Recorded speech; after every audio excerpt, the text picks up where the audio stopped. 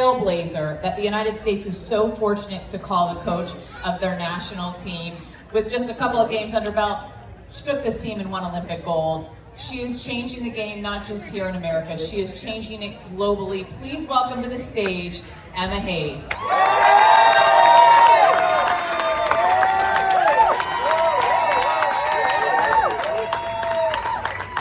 When I say fresh off a plane from Brazil, I mean she has been on American soil for a couple of hours right now. Also welcome to the stage a player that is beloved. She won an NWSL championship playing for the Portland Thorns. She is now playing for Manchester City. She is an Olympic gold medalist. Please welcome Sam Coffey.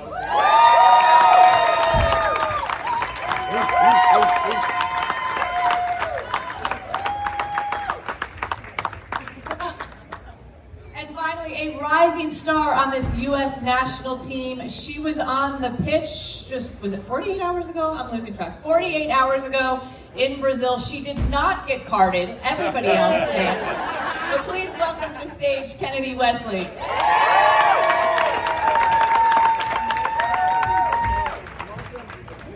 We are so happy to be sitting here talking to everybody, and as I mentioned, this World Cup is just a couple of hours old at this point, and I'm curious, growing up, what is your favorite World Cup memory?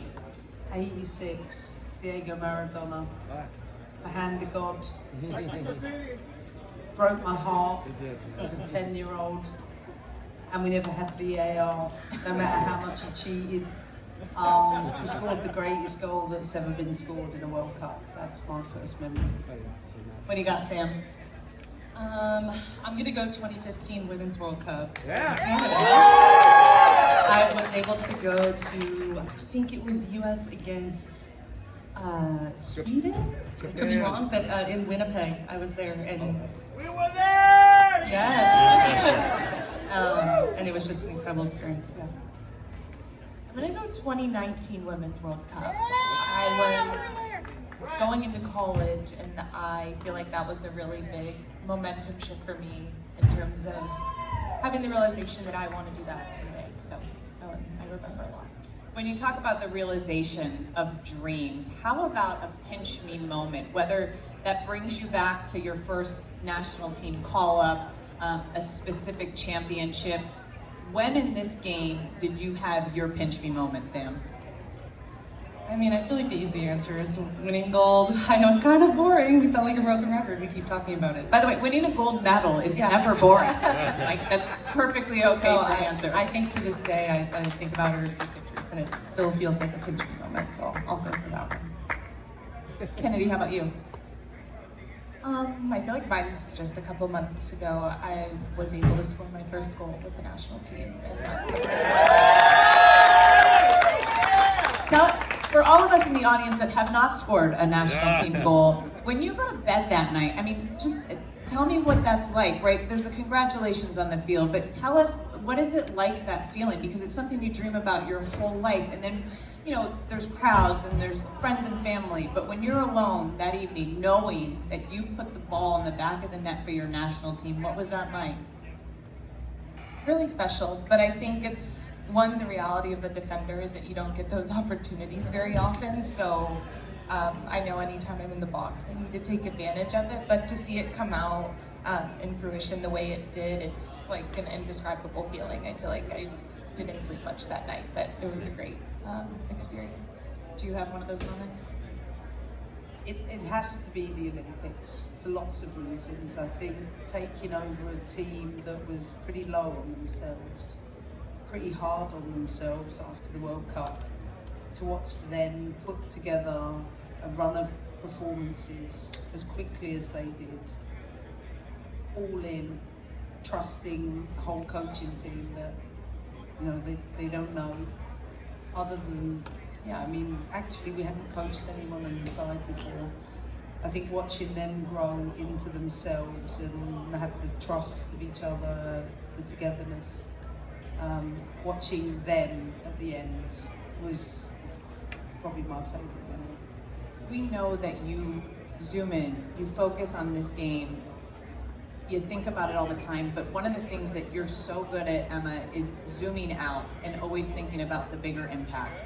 And this is a World Cup on home soil, and when you think about, and I know that the Women's World Cup is a year away, because right now we're going to be doing the same thing, and you guys are going to be playing in Brazil. When you think about a World Cup on home soil and what that means, what kind of global impact can that have on the game here? Well, look, soccer is truly the global game. I know there's other sports in this country that has World Series and things like that, but soccer's really a truly global game. Thank you. I think much like each and every one of us talk about the impact the first one had on us, whether it's your first, your second, your third, your 15th, whatever it will be, is that it sticks with you, it stays with you. It's either going to push someone to go into the backyard and roll the ball out, or join a team, or push someone to buy a season ticket somewhere because one of the guys become their heroes, to someone saying, hey, I want to invest in this sport. It's across the sport, the impact it has. And for those that have worked in soccer in the US know that this, much like 94, can have such a seismic impact on the community that I think that's the legacy of any World Cup, is what you leave behind. And I think in 10 years' time, we will see that this World Cup will continue to have a big impact on this country. I don't know about you guys, but how often have you gotten, over the course of the last year, are you going to any games? Do you have tickets? So I will ask you guys, are you guys going to the game on Friday? Everyone's going. Sure. Everyone's got their tickets. What are you most excited about? I mean, I think just building off what Emma said, I feel like we as Americans have really been like underestimated when it comes to soccer, football now, as I say, because I live in the UK and I'm trying to adapt to the way that they talk. But I just don't think people take us as seriously enough yet when it comes to this one sport, and like it is so in the American DNA to be like, oh, like you are not gonna overlook us when it comes to something, especially a sport. So I just think that like there's such a point to prove here, getting this World Cup right, the men obviously having a great tournament, but I think it's just such an exciting moment for us, like in the lens of the global game. And yeah, I think that's what excites me more than anything about it, just being proud of that and like proud of American soccer. Do you have something you're most looking forward to, Kennedy?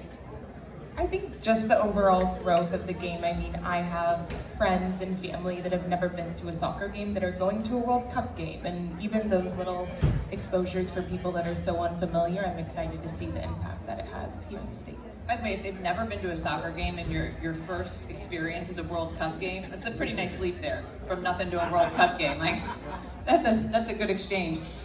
You just played in Brazil, and obviously there's big reason for that, because you should be playing there next year in the Women's World Cup. The pressure that your team just saw, and if you guys happen to not see the game on Tuesday, it looked like a World Cup game. I mean, we were on the broadcast. The stadium, the fans, it was electric, it was packed. I mean, by no means was any of this a friendly, I think you can attest to. It was a vibe. It was a vibe, but I'm curious, having been in that environment, because that's a different kind of pressure, how would you relate to that to the pressure of actually playing at home? Like when the men take the field on Friday, they're in front of an American crowd, but that brings a different set of pressure, doesn't it? Well, I'm glad you asked that, and I'm actually going to link it to your last question. Okay. Because I remember when Maurizio and I went to Portland to look at the kit launch a couple of years ago, and the shirt, the red and white shirt, the home shirt, he said to me, what do you think of it? And I said, just visualize this. A sold out SoFi with a wave of red and white greeting whomever is coming into our arena, and that feeling of pride for the players as they walk out and see something as synonymous, like, you know, the yellow and green jersey is for Brazil, for example. And that's why I'm going to wear my jersey tomorrow, because I want that feeling for the players when they come out and they go, hell yeah, we're at home. This is our house. This is our house. And I think it's those things that everybody will lean into, because the World Cup is so special. Kennedy, you were on the pitch the other night. Just sort of describe what that environment was like. Emma asked me for one word earlier, and I said insanity. I think that describes it up entirely. It's an atmosphere not comparable to anything I've ever experienced. I think the level of volume was ear-piercing. It was just an incredible atmosphere, although it was all against us. It was an experience that I'll never forget, and I think provides us with such good tools going forward. I think what's crazy is, look, the men are kicking off tomorrow, so that's upon us. And you could think, okay, well, a year seems so far away. But as you know, it's right around the corner. And the ramp up to that is shorter than I think a lot of people realize. Tell me about, I know you just touched down a couple hours ago. You're coming off this intense 2-game set in Brazil. What does the macro preparation look like for you from now until this World Cup for the women is going to kick? Well, we always break things into blocks, and the reality is we have to prepare up until qualification. And of course we expect to qualify, but you can't go any further than that. And then you wind back from that. So everything is already in place. We've left the team behind in Brazil that are doing site visits right now in Brasilia. And back in Rio, we've already done site visits all over. You have to do things so far in advance. But going there, it wasn't just the experiences of the stadiums for the players or training pitches and all of those things. From an operation level, to really assess everything from traffic, like in Sao Paulo, it could take you 30 minutes of training and an hour and a half on the way back. And so you have to really consider all of those things, because traffic is pretty fierce in some places, and in others there might be a bit back to the Michelin star references I made. You can send over an American recipe, like a lasagna, right, Kenny? And as you lift the hood, and you go, well, I'd rather eat Brazilian food because we're not going to eat that, and that's okay. You know what I mean? Everybody's interpretation is that. So knowing those things today, I think will help us in 12 months' time. LA can help you with the traffic perspective too. They can help you see some traffic if you need it. Let me tell you, the police escorts out there were unbelievable. They shut roads as you're driving. They help with that. But I think, yeah, it's unlike anywhere else I've been to Brazil. For football, and it's everywhere. Everybody's just wearing a Brazil shirt everywhere. Every town, every city, The stands. just everywhere. Airport, you name it. So you're gonna really feel like UA fans. But what I do know is USA always bring fans, so we will match it. You better be there. Sam, so many people know you from your time with the Thorns and how successful you were there. Now you have gone international. We bring Emma over here, you have gone over there. What has that been like travel-wise? What has the adjustment been like? What is this next year gonna look like for you? Yeah, a lot of miles, a lot of airline perks, so that's a plus. But yeah, I mean, it's been a dream come true to come into a group, win a WSL championship in the first few months. Like, you can't really write it better than that. So it's been such an amazing experience so far, and I'm loving it. But yeah, there's definitely some hard things to learn about too. The travel, coming into camp always with jet lag. It's showing me a side of like taking care of myself and recovery that I didn't really understand until now. And I know it's only going to make me better, so I'm really grateful for that and enjoying it.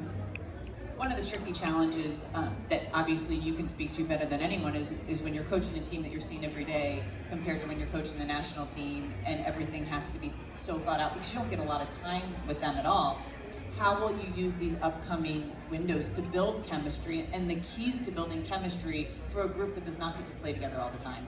Well, if I think about game 2 against Brazil and the development of emotional control, both of these players can attest for this. We've been building that for months. That didn't just happen. So lots of it is being weaved in on a regular basis. They have to attend a lot of meetings in camp. They have to do they get a lot of quizzes to check for understanding, test their knowledge. They're all really tactically intelligent. They can apply things really quickly. They've got the best growth mindset of any team I've ever coached, and they pick things up so fast from game 1 to game 2 to be able to apply the things that we won't talk about that were needed between game 1 and game 2 and deliver performances like that. That's what makes them so special. Kennedy, as a young player breaking into this environment, and an environment that is incredibly difficult to break into, how do you mentally approach these camps when you know every minute, every second, even the minutes off the field are really an audition for playing on the ultimate stage? Yeah, I feel like a big focus for me is just staying where my feet are, taking each day as its own, and approaching every day with as open a mind as possible. I think I've learned so much within the last 6 months from the staff, Emma and staff, but as well as players. Being able to learn and play behind so many incredible people has helped me so much. So really just taking each day as its own and going in with a really open mind has helped a lot. Speaking of taking each day as its own, I want to ask you about what is immediately ahead for your team. 2 big matches in October. They're leading straight into the CONCACAF W Championship in Texas this November. To make sure fans in this room know what's on the line, this is not a friendly tournament. These are not friendlies, right? It's single elimination. The opening match is determining automatic World Cup qualification. How does that change things for your group? We approach every game like it's the World Cup final, so it doesn't matter. And so I don't believe in dialing things up and dialing things down.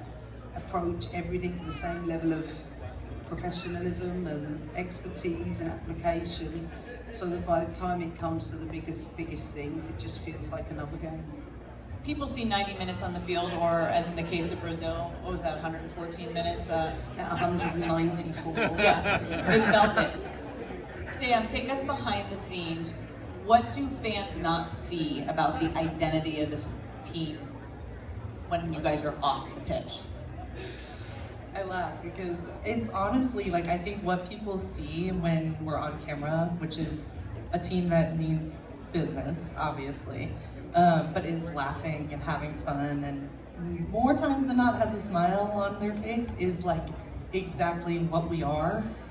We are constantly joking around, kind of, yeah, having fun on and off the pitch. So I don't think there's much to report that's like different than the public perception of us, especially the public perception of this one.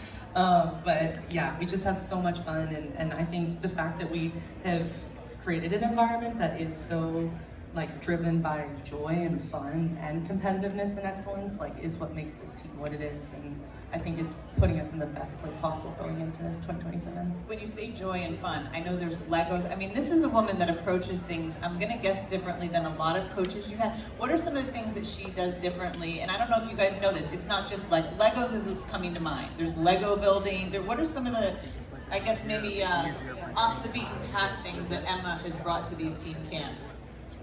Well, we just got a very new and improved player experience off the field, I think, and that's a lot to do with Emma and Sher and staff. But we have anything from Legos to phone charm making to karaoke, board games, you name it. Coloring books. Coloring books, face masks, pretty much everything.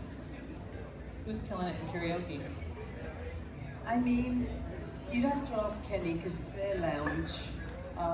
But I guess that Trin would be up there. I guess Lily Johannes would be around the mic. I'm doing well. How about the Thompson sisters? Yeah, it's a good guess. They're busy filming the TikToks. They're doing the dances. There's a lot of Thompson dances I've seen recently because we were told to recreate one on the broadcast, and that it did not go as well as the Thompson sisters. Do you get to enjoy the next couple days? Are you always thinking and working in the next, because I know you always have a plan. Will you enjoy the next at least week? I told you, I'm putting my jersey on tomorrow. I'm a fan like the rest of us. But of course I will be thinking about the opening game next year, and what Maurizio's going through, and that sense of having your crowd with you, and yeah, I think it's a good primer for me to go through that. But at the same time, just enjoy it. Because World Cups are fun, and I've gone to every World Cup bar Brazil and Qatar since 1994. So I've travelled the world watching men's World Cup. How much will sitting in the stands tomorrow night make you guys be like, we're ready to go? Is it tough to sit in the stands? I think I'm always a little bit more nervous watching than I am playing. Like watching this first game in Brazil that I cooked was nerve-wracking just to watch. But yeah, I mean, obviously I think just all being a part of US soccer, like we very much so are one family and community, and so we want to be there to support the men's team. But it's inevitable, to Emma's point, that we're going to be thinking about next year, and there's something that words just like can't describe about the emotions of a World Cup and how surreal it is, and the fact that we get to have one here right around the corner is just so exciting. Kennedy, how about you? Are you going to enjoy this experience, or are you already thinking about the next camp? No, well, I'm excited for tomorrow. I've never been to a World Cup at all, so I'm really excited to have that experience, and it's super special for it to be on home soil. The environment tomorrow is going to be unbelievable. Before we wrap this up, there is obviously, when you wear this crest and with this women's team, when we talk about pressure, and we were just talking about pressure on home soil, the pressure that comes with being a part of this federation is unlike the pressure perhaps anywhere else, in the sense that you are expected to win each and every time you step on the pitch, right? How do you manage that, right? Because everybody wants to win, but not let that get all-consuming. I just reframe it. It's for me, I've said it many times, pressure is people trying to pay their mortgage, or you know, people who are fighting for their lives, or things like that. That's pressure. This is an enormous opportunity, and one that very few of us get the opportunity to experience. So grab it. Life's short. Grab it and just make shit happen with it.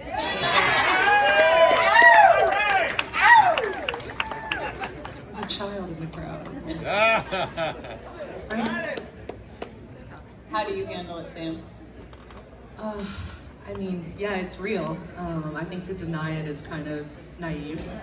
But I think to Emma's point about reframing, like, I think it's easy to feel that and be like weighed down by it. And I always just come back to, you know, being a kid and wearing this jersey and looking up to the women who came before me and knowing I wanted to do nothing else but that. And the fact that I get to do it is like just the best thing in the world. And so I'm always gonna approach it with gratitude and yeah, enjoy and bring everything I have every game. But that's, you know, it's cliche, but it is a privilege. Like, it's a gift to be and play for this team in this country. Kenny, what would it mean for you to be on that World Cup squad when it's announced? It'd mean everything. I mean, it has been such a dream so far. In the last 6 or so months, I feel like my life's kind of flipped a little bit upside down in the best way possible. But kind of reiterating what Sam said, it truly is just the most fun. We have the best time at camp. It feels like an adult summer camp at times, but in the best, most competitive way. And I think that feeling of joy that I get in the environment is something I want to keep chasing and aspiring for, to prolong my time as much as possible. But it would mean everything. It's been an amazing experience so far. We, on the broadcast on Tuesday, our Julie Faddy was talking to Tim Ream, and she said there's going to be a moment tomorrow where you're in that huddle and you're looking at these guys, and she said take a moment when you're in that huddle to just breathe and look around and realize where you are. That's obviously easier said than done, right? Because you want to go out, you want to win, but it is so important to soak up these moments that so few people in this lifetime get to have. So I hope for you all, you get to just breathe, enjoy the moment on Friday with everyone else. We will be cheering you on all the way to your World Cup, which is rapidly approaching. And have a great time on Friday night, like everyone in the crowd. How about a round of applause for Emma, Sam, and Kennedy? Fresh off that 1-0 win over Brazil. Fighting jet lag. But they will be in the stands in jerseys on Friday. Thank you, everybody.